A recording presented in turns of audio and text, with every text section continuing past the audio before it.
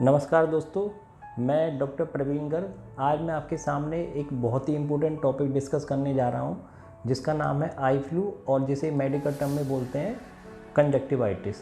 तो आज हम इसके बारे में सारा डिस्कस करेंगे कि कंजक्टिवाइटिस होता क्या है, ये फैलता कैसे है, इसके लक्षण क्या होते हैं और एक ऐसा कौन सा उपाय है जिसको करने से आपको कंजक्टिवाइटिस और आई फ्लू नहीं होगा।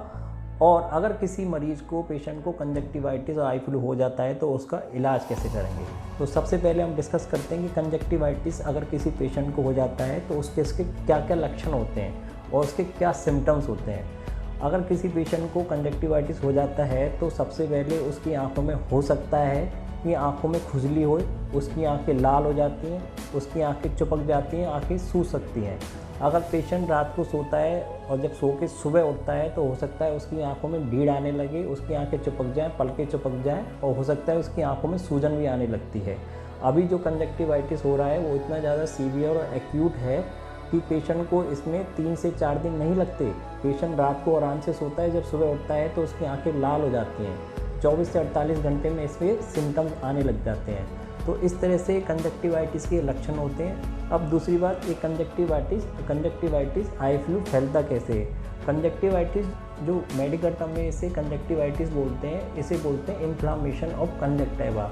मतलब जो हमारी आँख का सफ़ेद वाला हिस्सा होता है उसके ऊपर एक मेम्ब्रेन होती है ट्रांसपेरेंट, जिसे हम कंजक्टिवा बोलते हैं। अगर इसका कुछ इन्फ्लामेशन हो जाता है तो उसे हम बोलते हैं कंजक्टिवाइटिस। जैसे ये हमारी आई है, ये हमारी कॉर्निया है और इसका जो सफ़ेद वाला हिस्सा है इसको स्क्लेरा बोलते हैं। इसके ऊपर एक लेयर होती है ट्रांसपेरेंट पॉलीथीन की तरह, उसे हम बोलते हैं कंजक्टिवा। अगर ये इसका इन्फ्लामेशन या इसमें इन्फेक्शन हो जाता है उसे बोलते हैं कंजक्टिवाइटिस। अब ये कंजक्टिवाइटिस का कारण क्या है, एक वायरस होता है। यूजुअली जो कंजक्टिवाइटिस है उसका एक वायरस होता है, वायरस कंजक्टिवाइटिस का, जिसे बोलते हैं एडिनो वायरस। जी हाँ, ये एडिनो वायरस होता है ज़्यादातर केसेस में, जिसकी वजह से वायरल कंजक्टिवाइटिस होता है, आई फ्लू होता है। अब ये जो आई फ्लू है इसी मौसम में क्यों होता है, इसका कुछ कारण होते हैं। जैसे अभी हमारे देश में जो बाढ़ आई है और जो ये जैसे हमारे दिल्ली एनसीआर में और कई स्टेट में जो बहुत ज़्यादा बाढ़ आई है, इसके कारण क्या होता है, जब भी मानसून आता है तो नॉर्मली टेम्परेचर ज़्यादा रहता है। मानसून के आने से टेम्परेचर थोड़ा डाउन हो जाता है। डाउन होने से और जो ह्यूमिडिटी होती है, जो मॉइस्चर होता है और जो वाटर लॉगिंग होती है, ये तीनों चारों चीज़ मिलके जो वायरस होता है उसकी ग्रोथ में हेल्प करता है। ये वायरस ज़्यादा ग्रो करने लग जाता है। जहाँ जहाँ वाटर लॉगिंग होती है वहाँ पे जब धूप आने लगती है, सूरज की रोशनी पड़ती है, तो उस वाटर से वेपर्स निकलने लगती है, जिससे ह्यूमिडिटी और मॉइस्चर बन जाता है। मॉइस्चर हो गया और थोड़ा मानसून बारिश की वजह से टेम्परेचर डाउन हो गया और वाटर लॉगिंग होगी। ऐसी सिचुएशन में वायरस ये ज़्यादा ग्रो करने लग जाता है, जो एडिनो वायरस है ये ज़्यादा ग्रो करने लग जाता है, जिसके कारण कंजक्टिवाइटिस होती है। इस सीज़न में खाली यही बीमारी नहीं, बाकी और बीमारी जैसे डेंगू, मलेरिया, ये सब भी होने के बहुत ज़्यादा चांसेस होते हैं।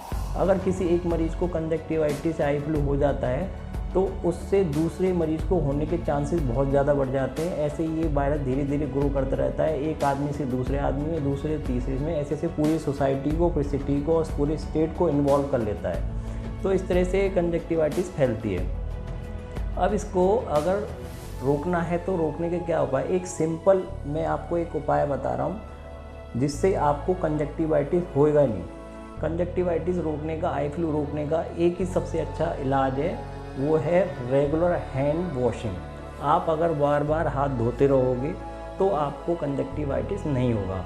जैसे मान लो मैं आपको समझाता हूँ कि कंजक्टिवाइटिस फैलता कैसे। जैसे मान लो मुझे आई फ्लू हो गया है और मैंने अपनी आंखों में हाथ लगा दिया है, वो वायरस यहाँ आ गया है, वो वायरस को मैंने अपने हाथ को यहाँ टच कर दिया है तो वायरस टेबल पे आ गया है, या फिर मैंने हैंडल को टच कर दिया है। अगर कोई नॉर्मल आदमी इस टेबल पे हाथ टच करता है या फिर उस हैंडल को पकड़ता है तो उस नॉर्मल आदमी के हाथ पे भी वो वायरस आ जाता है। अब जब भी वो आदमी या पर्सन कोई भी अपनी हाथ को अपनी आंखों के ऊपर लगाएगा तो उसको कंजक्टिवाइटिस आई फ्लू हो जाएगा। जब तक आप अपनी फेस पे हाथ और आंखों पे हाथ नहीं लेके जाओगे ये आई फ्लू आपको हो ही नहीं सकता। जैसे मैं अपने क्लिनिक पे बैठा रहता हूँ, सैकड़ों पेशेंट देखता हूँ, मैं अपनी आंखों पे जब तक बैठा हूँ हाथ नहीं लगाता। हैंड वॉश करता रहता हूँ, सैनिटाइज करता रहता हूँ। एक बहुत बड़ा मिथ भी है हमारी पॉपुलेशन में कि ये हमारा आई टू आई कॉन्टैक्ट या जो कंजक्टिवाइटिस का पेशेंट है या आई फ्लू का पेशेंट है उसको देखने से आई फ्लू हो जाता है। ऐसा बिल्कुल नहीं है। अगर किसी पेशेंट को आई फ्लू है, आप सोचते हो कि उसकी आँख पे देखने से हो जाता है, तो ऐसा बिल्कुल नहीं है। Patient eye to eye contact से ये बिल्कुल नहीं फैलता है। ये बहुत ही कॉन्टेजियस डिजीज़ है जो खाली कॉन्टैक्ट से फैलती है। तो अपने हाथों को सैनिटाइज करते रहिए, वॉश करते रहिए, और अपने हाथों को अगर मान लो वायरस आपके हाथ पे भी है तो उसको अपने फेस पे और आंखों पे ना ले जाए, हैंड वॉश करते रहे साबुन से। बस यही एक ऐसा उपाय है जिससे इसको आराम से बचा जा सकता है। ठीक है, अगर ऐसा होता आंखों से देखने से होता तो मैं डेली कितने मरीज़ देखता हूँ, तो मेरे को भी हो जाता ना। मेरे को नहीं हुआ अभी तक। मैं अभी तक इसलिए बचा हुआ हूँ क्योंकि जो मैं मरीज़ देखता हूँ अपने हैंड सैनिटाइज करता रहता हूँ और साबुन से हाथ धोता रहता हूँ और मुंह पे हाथ नहीं लगाता। तो यही एक ऐसा उपाय है जिससे आपको कंजक्टिवाइटिस नहीं होगा। अब दूसरा, अगर किसी पेशेंट को कंजक्टिवाइटिस आई फ्लू हो गया है तो उसका ट्रीटमेंट क्या है, उसका इलाज क्या है। अगर किसी पेशेंट को, ज़्यादातर तो ये बीमारी अपने आप ही ठीक हो जाती है। ज़्यादातर केसों में इसमें कोई ट्रीटमेंट की ज़रूरत नहीं पड़ती। आप सिंपल इसमें लुब्रिकेंट यूज कर सकती हो और कोल्ड कंप्रेशन कर सकती हो।